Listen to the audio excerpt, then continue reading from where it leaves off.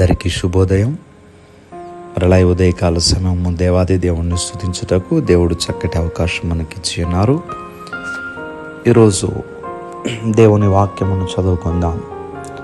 పేతురు రాసినటువంటి మొదటి పత్రిక 5వ అధ్యాయము 7వ వచనము. మీ చింత యావత్తు ఆయన మీద వేయుడి. చింత అనేది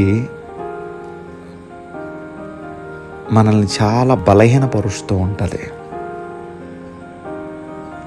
ఒక మాటలో చెప్పాలంటే ఇది ఒక మానసికమైన రోగం.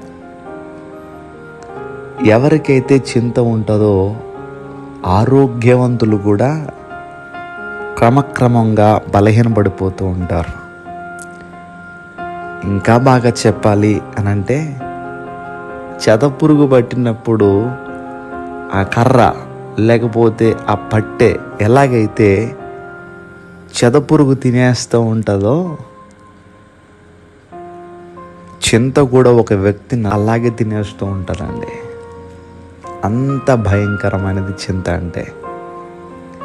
ఈ ఉదయకాల సమయంలో నీ జీవితంలో ఏ చింతలు ఉన్నాయో దేవాది దేవుడు మాట్లాడుతూ ఉన్నారు నీతో.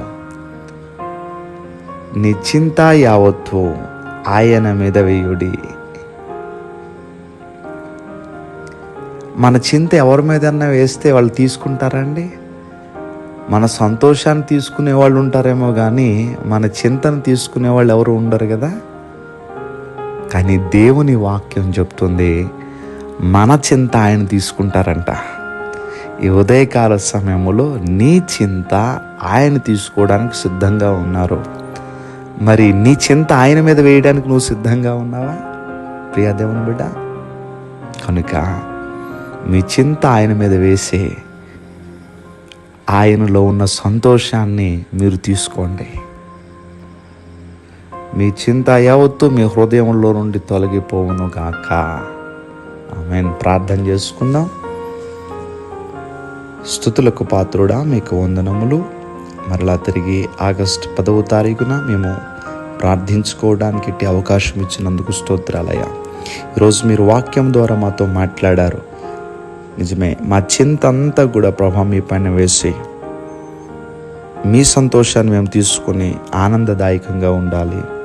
ఈ ప్రార్థనలో ఎవరైతే ఏకీభవించారో, ఎవరి హృదయంలో చింత ఉన్నదో మీ వాక్యము వారిని బలపరచున్నట్లు వారితో మీరు మాట్లాడి ఉన్నారు కనుక ఇక నుంచి దేని గురించి చింతించవలసిన అవసరం నాకు లేదు. నా చింతను దేవునికి అప్పగిస్తాను అనేటువంటి ఒక విశ్వాసం నీ బిడ్డల హృదయంలో కలుగజేసి ప్రతి బిడ్డకి నెమ్మది కలిగింపచేసి ఈరోజంతా సంతోషంగా ఉండులాగున మీ సన్నిధి తోడు నీ బిడ్డలకి దయచేయమని యేసుక్రీస్తు వారి నామం పేరట అడిగి అడుగుంటూ ఉన్నాం మా పరమ తండ్రి. ఆమేన్, ఆమేన్.